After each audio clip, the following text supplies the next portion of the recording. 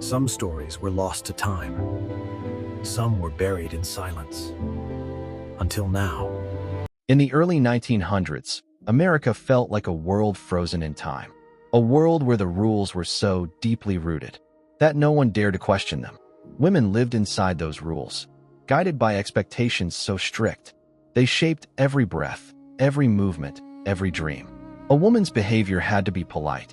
Her voice had to be soft. Her presence had to be unnoticed. And her clothing? That wasn't a personal choice at all. It was a public statement of obedience. Dresses weren't just fabric. They were symbols of modesty, purity, and control. To step outside these expectations was to step outside society itself. Pants, meanwhile, were considered bold, rebellious, even sinful. People believed trousers belonged only to men, that they represented strength, movement, and authority. Women were denied all three. But in this world of silent compliance, lived a woman named Alice Burke. Ordinary, quiet, and unseen, until the day she wasn't. On a freezing morning in 1910, when the sidewalks were covered in frost, and the wind felt like ice on the skin, Alice reached for a pair of trousers. Warm, fitted, and practical. Clothes she had tailored for herself in secret. She didn't put them on to start a revolution. She didn't want attention. She wanted to stay warm. But sometimes, the smallest choices are the ones that shake the world the hardest. And Alice had no idea what was waiting outside her door. When she stepped out onto the street, everything stopped. A man dropping coal froze mid-motion. A woman arranging fruit at the market turned pale. Even children paused their games, staring with disbelief. It was as if a storm had rolled in. A storm made of shock, judgment, and fear. Whispers rose instantly. Harsh, sharp whispers. Is that a woman? Look at her clothes. What kind of madness is this? People weren't reacting to a garment. They were reacting to a violation of their world. A world where a woman in pants symbolized chaos. A police officer noticed the commotion. He didn't see danger. He saw improper attire. He approached her with authority, asked her why she was dressed this way. His voice carried the weight of a society that refused to bend. Alice answered with honesty. She said the trousers kept her warm.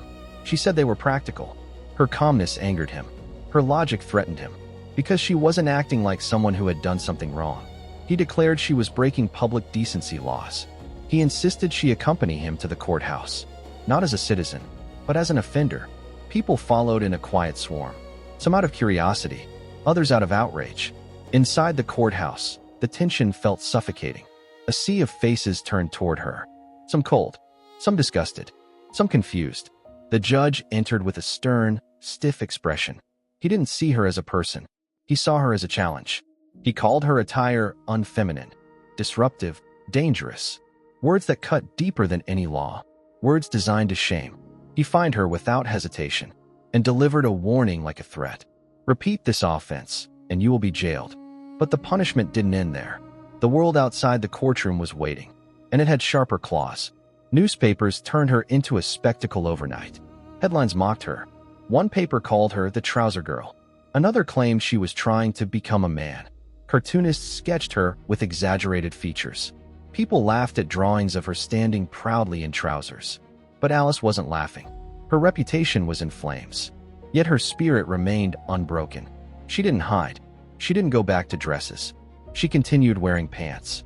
And every time she stepped outside, people stared again. Some laughed. Some cursed. Some backed away. But something else happened too.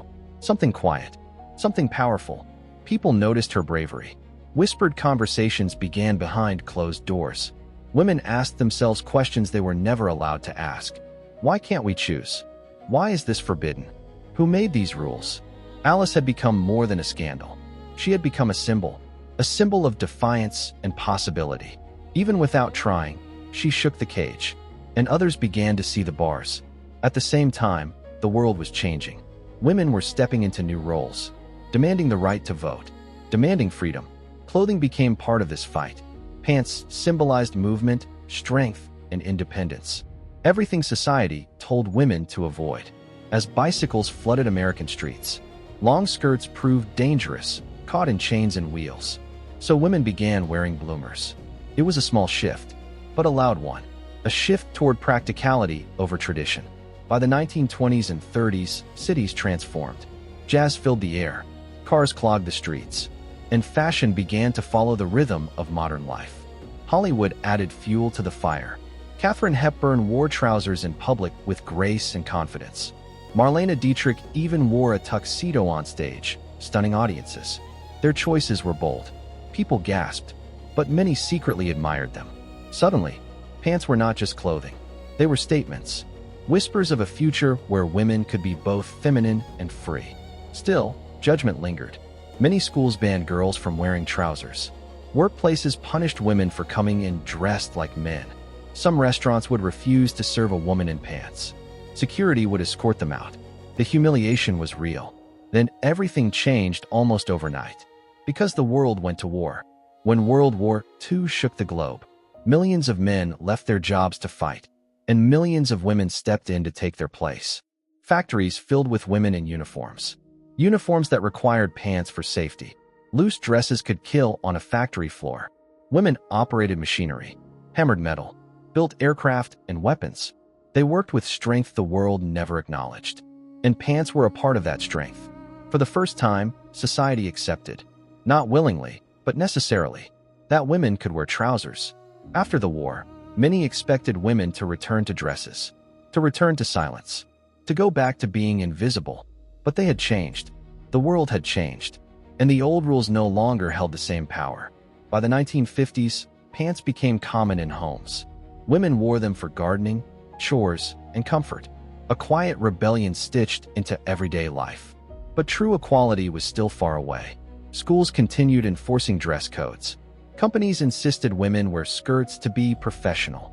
It wasn't until the late 1960s and 70s, the rise of the women's rights movement, that the final walls began to crack.